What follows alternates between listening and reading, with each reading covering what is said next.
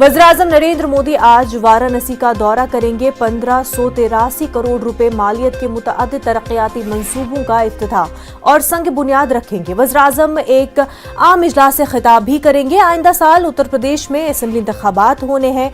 उसके पेश नज़र पीएम का वाराणसी का दौरा अहम माना जा रहा है। रबा साल पीएम मोदी का अपने पार्लिमानी हल्के का ये पहला दौरा है।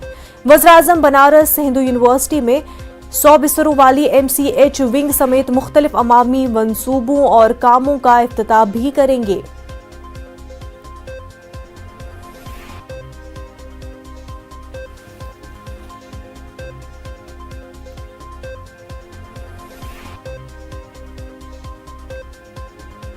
उत्तर प्रदेश में इंतखाबात अनकरीब होने जा रहे हैं और ऐसे में वज़ीर-ए-आज़म का वाराणसी दौरा काफी अहम माना जा रहा है। आपको बता दें कि वज़ीर-ए-आज़म का वाराणसी दौरा है और ऐसे में कई बड़े प्रोजेक्ट्स का संग बुनियाद रखने जा रहे हैं और साथ ही साथ आम इजलास से भी वज़ीर-ए-आज़म खिताब करेंगे।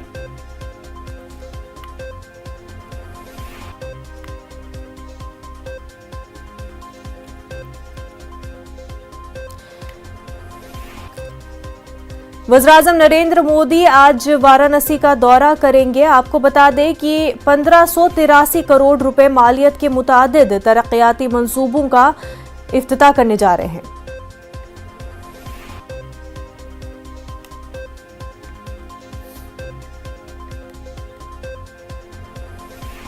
आगे बढ़ते हैं। तेलंगाना में जनूब मगरिबी मानसून सरगर्म हो गया है। गुज़िश्ता कई रोज से यहां बारिश का सिलसिला जारी है। तेज बारिश की वजह से कई जगह पर पानी जमा हो गया है, जिसके चलते आने जाने वालों को शदीद दुश्वारियों का सामना करना पड़ रहा है। ग्रेटर हैदराबाद म्युनिसिपल कॉरपोरेशन के एहलकारों ने चौकसी का मुजाहरा करते हुए कई मकामात पर बारिश के पानी की निकासी का काम अंजाम दिया। बारिश की वजह से आम जिंदगी मफलूज होकर रह गई है। बारिश के साथ ही हैदराबाद के कई मकामात पर बिजली की सप्लाई में रुकावट की भी इतलात मिली है। महकमा मौसमियात ने मजीद बारिश की पेशनगोई की है। बारिश के हवाले से तेलंगाना में रेड अलर्ट जारी कर दिया गया है।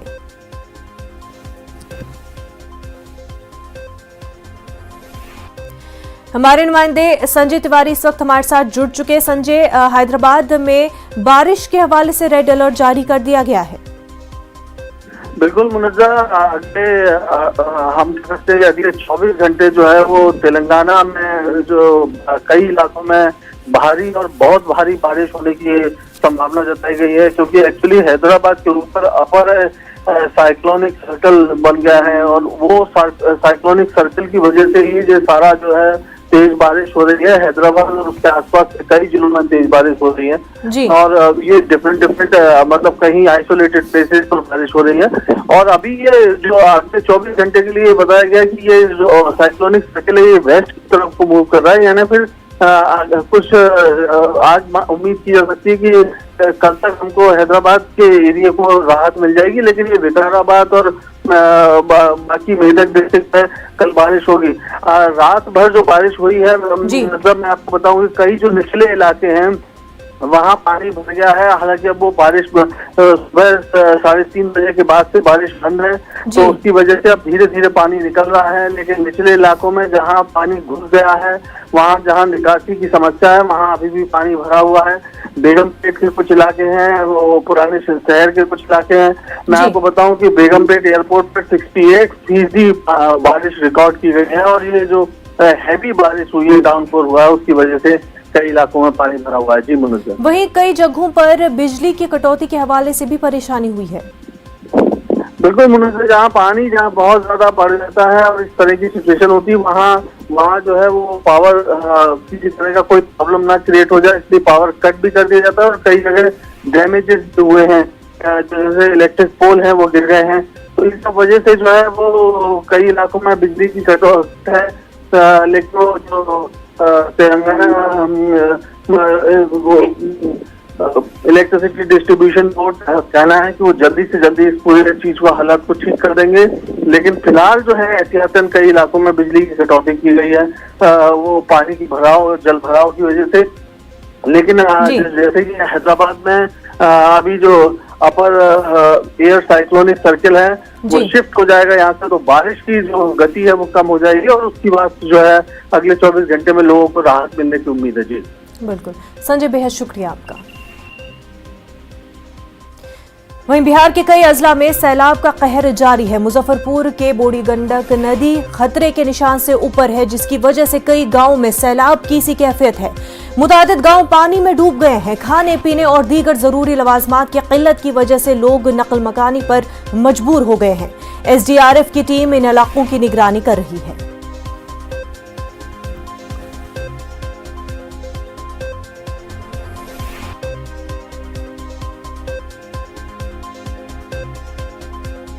मौजूद है एसडीआरएफ की टीम के साथ मुजफ्फरपुर के बूढ़ी गंडक नदी में, और आप देखिए बूढ़ी गंडक नदी की विनाश लीला क्या है कि ये नदी के किनारे जितने भी मकान बने हुए हैं, यहाँ लगभग 300 ऐसे मकान हैं जो इसी तरीके से पानी में डूब गए हैं, और यहाँ के लोगों का जो लाइफ है वह काफ़ी इंडेंजर्ड हो गया है, खतरे में आ गया है।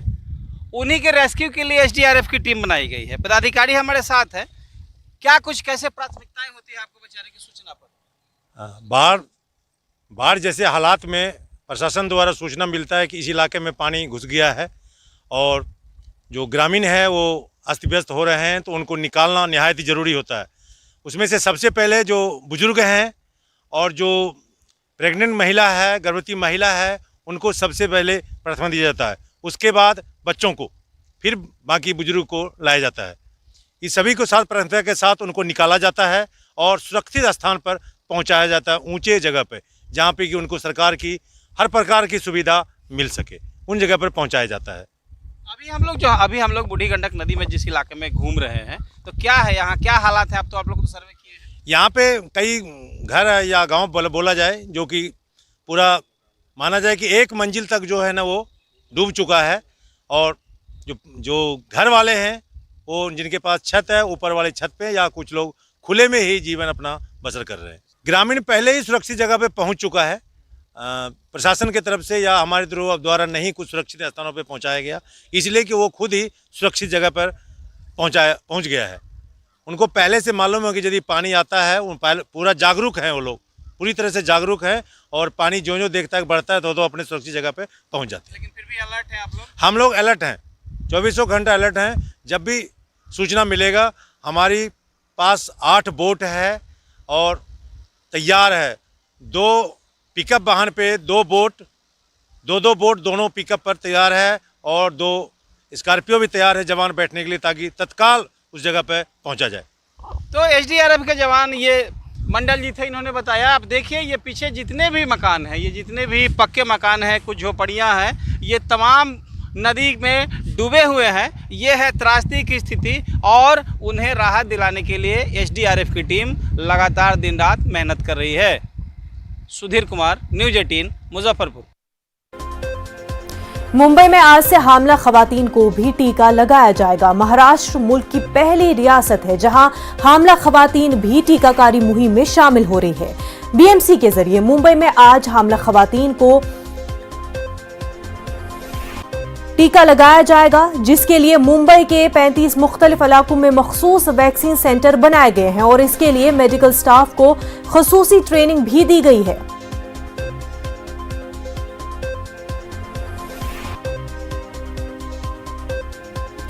मुंबई से हमारे नुमाइंदे अमित हमारे साथ जुड़ चुके हैं। अमित, मुंबई मुल्क में ऐसी पहली जगह बन जाती है जहां पर हामला खवातीन को, प्रेग्नेंट वुमेन को भी टीका लगाने की शुरुआत हो रही है।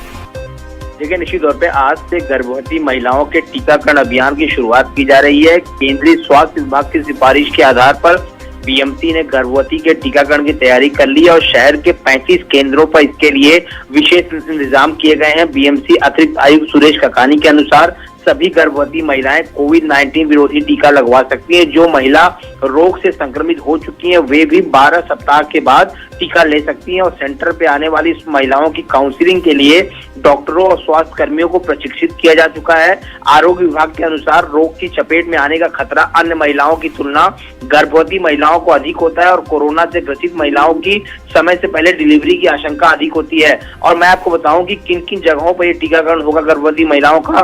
कामा भाभा अस्पताल, Nair Jagjivan Ram railway, Mumbai port trust, Sion, KEM, JJ अस्पताल, भाभा, कूपर, देवनाथ प्रसूति गृह, शताब्दी, बीआरसी, आरसीएफ, चौकसी प्रसूति गृह और रिद्धि गार्डन मनपा और चारको विभाग 3 प्रसूति गृह, इन जगहों पर जो है यहाँ पर गर्भवती महिलाओं का टीकाकरण जो है आज से शुरू किया जाएगा। जी अमित, इससे पहले ये माना जा रहा था कि वैक्सीनेशन शायद प्रेग्नेंट वुमन के लिए सही ना रहे, हामला खवातीन को कहीं से कोई नुकसान ना हो। अब क्या इस पर पूरी तरह से रिसर्च हो चुकी है और एक्सपर्ट्स जो है वो इस पर इत्मीनान जता रहे हैं कि ये वैक्सीनेशन बिल्कुल सेफ है प्रेग्नेंट खवातीन के लिए? देखिए, निश्चित तौर पे जो केंद्रीय स्वास्थ्य विभाग ने ही इस पूरे मामले पे मुहर लगाई है। उन्होंने कहा है कि प्रेग्नेंट वुमेन को भी जो है यहाँ पर वैक्सीनेट किया जा सकता है। उसके आधार पर जो गाइडलाइन जारी की गई, उसके आधार पर ही जो राज्य हैं अब उस पर अमल कर रहे हैं और मुंबई में जो है आज से टीकाकरण अभियान की जो है शुरुआत प्रेग्नेंट महिलाओं के लिए शुरू की जा रही है। और निश्चित तौर पे कह सकते हैं कि ये प्रेग्नेंट महिलाओं के लिए एकदम सही टीकाकरण है और बिल्कुल कोई भी गुंजाइश या कोई भी आशंका जो है वो मन में नहीं है, जिससे आम लोगों को फायदा। और हमने देखा कि कई करोड़ लोग जो है पूरे देश में जो है टीकाकरण करवा चुके हैं। मुंबई, महाराष्ट्र में भी लगभग 6 से 7 करोड़ लोगों ने भी जो टीकाकरण करवा लिया है। हर किसी की स्थिति जो है लगभग ठीक बताई जा रही है, यानी टीकाकरण बहुत ही उपयोगी है और जिस तरह से आम लोगों को फायदा दे रहा है उसी तरह से प्रेग्नेंट महिलाओं को भी ये जरूर फायदा देगा। बिल्कुल, तो आज से जो है प्रेग्नेंट जो खवातीन हैं उनके लिए भी टीकाकारी की मुहिम महाराष्ट्र में शुरू हो चुकी है और जिस तरह से एक्सपर्ट्स बता रहे हैं कि ये बिल्कुल सेफ है। अमित, बेहद शुक्रिया आपका। नाज़रीन, वक्त हो गया एक छोटे से ब्रेक का, जल्द होंगे हाजिर।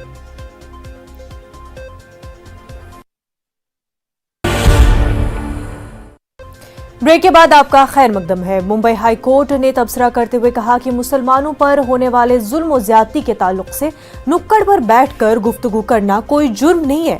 इकबाल अहमद कबीर अहमद की जमानत अर्जी पर समाअत के दौरान बॉम्बे हाई कोर्ट ने यह तबसरा किया। आपको बता दें कि गैर कानूनी सरगर्मियों में मुलविस होने के इल्जामात के तहत इकबाल अहमद कबीर को गिरफ्तार किया गया था।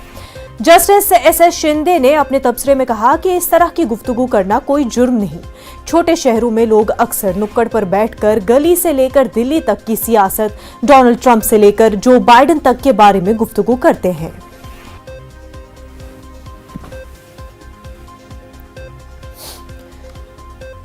इस वक्त एक बड़ी खबर कर्नाटक से सामने आ रही है। कर्नाटक में रिश्वतखोर सरकारी अफसरों के घरों पर छापा। सुबह सवेरे एसीबी का छापा हुआ है। 9 अफसरों के घरों और दफ्तरों पर छापा मारा गया है। बिलारी, बीदर, विजयपुर, बेंगलुरु में एसीबी की कार्रवाई हुई है।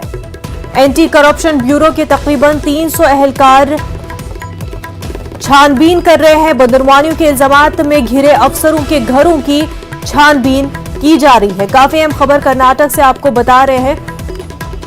रिश्वतखोर सरकारी अफसरों के घरों पर छापेमारी जारी है। सुबह सवेरे एसीबी का छापा हुआ है।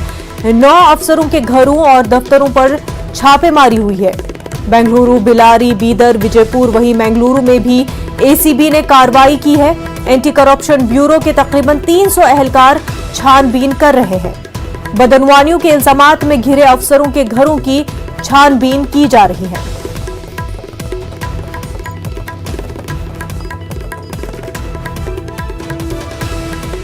तो जिन सरकारी अफसरों पर बदनवानियों के इल्जाम है, एंटी करप्शन ब्यूरो उनकी छानबीन कर रही है। कार्रवाई जारी है। 9 अफसरों के घरों और दफ्तरों पर एंटी करप्शन ब्यूरो ने छापा मारा है।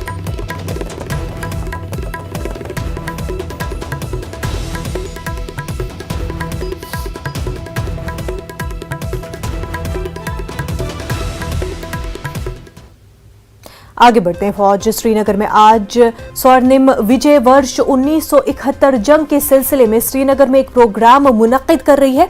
बादामी बाग कैंटोनमेंट से एक रैली शुरू हो गई जो राजबाग में खत्म होगी। स्वर्णिम विजय वर्ष के सिलसिले में मशाल कई अजला से होकर श्रीनगर पहुंची और उसके बाद लद्दाख जाएगी।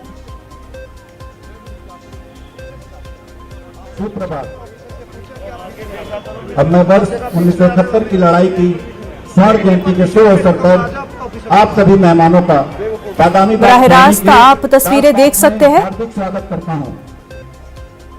1971 के युद्ध के दौरान पाकिस्तान पर भारत की ऐतिहासिक विजय हुई, जिसके उपरांत एक नया राष्ट्र बांग्लादेश बना और पूरे देश में देशभक्ति का संचार हुआ। माननीय प्रधानमंत्री श्री नरेंद्र मोदी जी ने 16 दिसंबर 2020 को राष्ट्रीय युद्ध स्मारक दिल्ली से देश के विभिन्न हिस्सों में विजय मशाल देखकर उत्सव की शुरुआत की। यह मशाल 1971 के युद्ध के दौरान सशस्त्र बलों के बीच उच्च कोटि के सहयोग का प्रतीक है। यह मशाल अनेक प्रांतों से होते हुए श्रीनगर पहुंची है। श्रीनगर एक अनूठी संस्कृति वाला विकासशील शहर है, जिसने 1947-48 के ऑपरेशन के दौरान पाकिस्तान द्वारा खूनी नरसंहार देखा है। हमारे वहां आसपास के क्षेत्र में 1971 के दौरान लिपा घाटी गुलमर्ग सेक्टर में बड़ी लड़ाई लड़ी गई थी। श्रीनगर व आसपास के लोग इन ऑपरेशनों में सीधे तौर पर शामिल हुए थे और भारतीय सेना का तहे दिल से साथ दिया था। ऑपरेशन के समय कई युद्ध क्षेत्रों में स्थानीय नागरिकों ने सैनिक और मददगार के रूप में बड़ी संख्या में सहयोग किया था। ये अपनी जन्मभूमि के लिए श्रीनगर के लोगों के प्यार और निष्ठा को बताता है। इसलिए आज हम इस विजय मशाल को श्रीनगर के लोगों को समर्पित करते हैं, जिन्होंने हमेशा हमारा साथ दिया है। इस मशाल को हमारे क्षेत्र के विभिन्न महत्वपूर्ण स्थानों पर ले जाया जाएगा, ताकि हम सब उन सभी वीर नारियों, भूतपूर्व सैनिकों और आम नागरिकों का सम्मान कर सके और शुक्रिया अदा कर सकें, जिन्होंने मातृभूमि के सम्मान की रक्षा के लिए अपना महत्वपूर्ण। इस वक्त की बड़ी खबर आपको बता दें, जम्मू में फिर से ड्रोन देखे जाने की खबर सामने आ रही है। जम्मू एयरफोर्स स्टेशन के करीब रात में ड्रोन दिखा है। 27 जून को इसी एयरफोर्स स्टेशन पर ड्रोन से हमला हुआ था। जराये के हवाले से आपको अहम खबर बता रहे हैं। जम्मू में फिर से ड्रोन देखे जाने की खबर सामने आई है। जम्मू एयरफोर्स स्टेशन के करीब रात में ड्रोन दिखाई दिया था। ये वही एयरफोर्स स्टेशन है जहां पर पहले भी ड्रोन से हमला हुआ था। जराये के हवाले से खबर। तो लगातार जम्मू में ड्रोन दिखने का सिलसिला जारी है। आगे बढ़ते हैं। पेट्रोल और डीजल की कीमतों में आज भी इजाफा हुआ है। पेट्रोल 35 जबकि डीजल 15 पैसे महंगा हुआ है। ताजा इजाफे के बाद दिल्ली में फी लीटर पेट्रोल की कीमत 101 रुपए 54 पैसे हो गई है, जबकि कौमी राजधानी में फी लीटर डीजल 89 रुपए 87 पैसे में अब मिलेगा। कोलकाता में फी लीटर पेट्रोल 101 रुपए 74 पैसे, जबकि चेन्नई में 102 रुपए 23 पैसे में 1 लीटर पेट्रोल मिल रहा है।